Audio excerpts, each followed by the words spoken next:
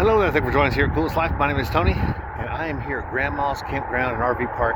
We are just south of Louisville, Kentucky. So this is in Kentucky. And the little office, you might be able to see us right down here. It's a very small building. It's actually about the size of this one here. Which, I don't know if this one here is actually a rentable cabin or if someone that's actually living here. I don't know, but because it is definitely at the RV park. So I'm going to take you around this park here, show you the restrooms, what the hookups look like, and what you can expect if you decide to stay here.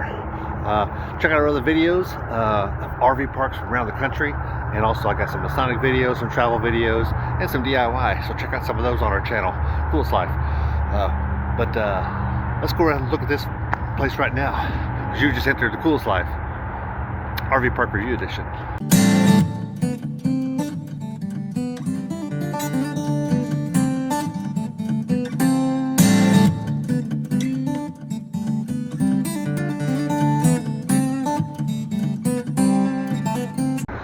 Alright, so there's a nice view of the lane.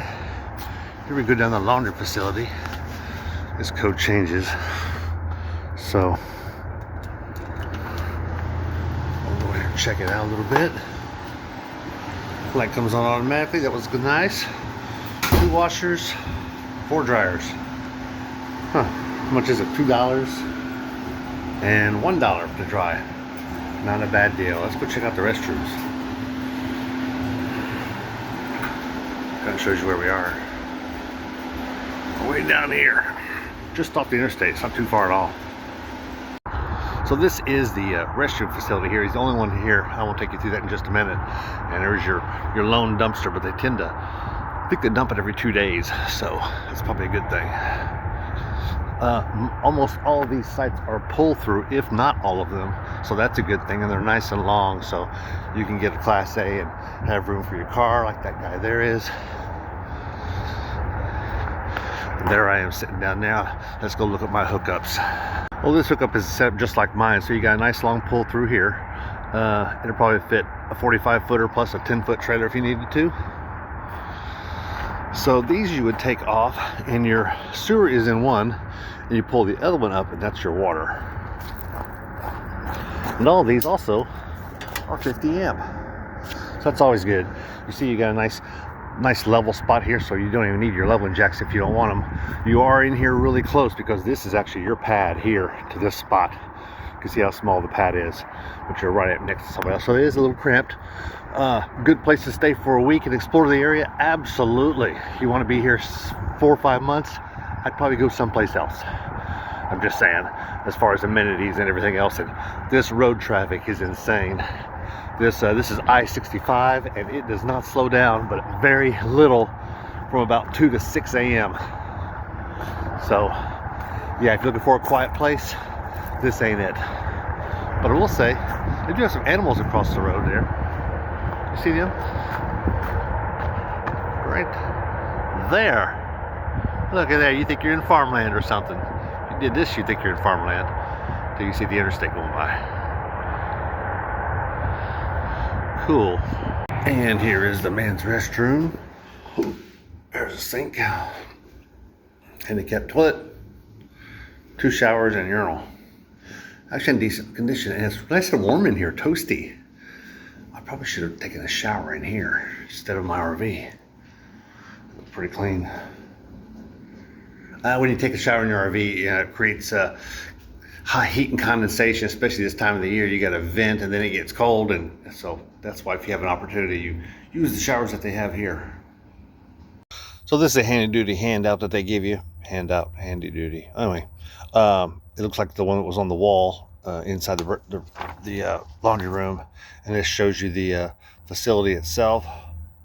You can actually see their website there, and I'm somewhere, I don't know, I'm right in here somewhere, I think is where I'm at. That's the restroom location. Of course, right next door to it is the dumpster, and that's that little house we just looked at. And they give you a code for everything, and they got a legend down here. Let me show you this other side. Oh, I just dropped it. That's right, I play through. I don't do this stuff. Anyway, so grandma's rules. places to go. This is kind of interesting. You don't see a lot of this. It also gives you local channels, so you probably get some Air TV here. I didn't try my Air TV here. Also, they got area churches, so that's an added bonus. So all in all, what I think about this park, I don't have any problems with this park. They actually gave me a military discount, so I like that. I think it was $46 is what it ended, taxes and everything. So that was a pretty good price to be this close to the interstate. You can get off the interstate, and the great thing about it is there's a Love's and several other places to pull your rig in to get gas if you needed to. And it's actually on the other side of the interstate, which isn't very far. It's less than a mile. So you can get in there, which is what I did last night, and put gas in at a pretty good price. I think right now we're under $3, way under $3. I think I paid $2.59 or something like that. So welcome to Kentucky. You definitely know you're not on the West Coast. Yeah, it's a slam on the West Coast. That's because their gas prices suck. Let's just face it. Pet peeve of mine. So yeah, probably never go back to the West Coast because of that. Not just the gas prices, but because here I'm going off on a tangent. Is everything is higher, and yet you go to a place like Kentucky, it doesn't, and you realize it doesn't have to be. People that live out there on the West Coast don't understand how much more they're paying for everything because they just do it. They just do it because that's just what the prices are. It's going rate. It's not the going rate. It's the going rate on the West Coast. It's not the going rate on the rest of the country. Anyway, yeah, this is not a bad park at all. They keep it well maintained. They were open on Sunday till 11 p.m. on a holiday weekend. I didn't expect that at all. Wow. So especially at a park this size. I mean, this is not a huge park. I think they've got let's see. So they got less than 100 sites. Less than 100. When I'm saying less than 100, I mean like 60. So they have numbered here. And so they got 60 sites, and they're staying up until 8 p.m. on a Sunday. So I was actually pretty impressed with that. I did call early and tell them I was showing up late, which was 6 p.m. for me. So that's real late for me.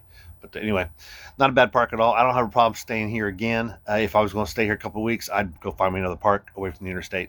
But for a couple of nights or even one night, it's perfect. I like it. So if you're in this area, you want to stop at a park, you might want to choose this park. I'm going to let you go. Be sure to like and subscribe and check out our other videos on RV parks around the country. Because I'm going to get back out here living the coolest life, RV Park Review Edition.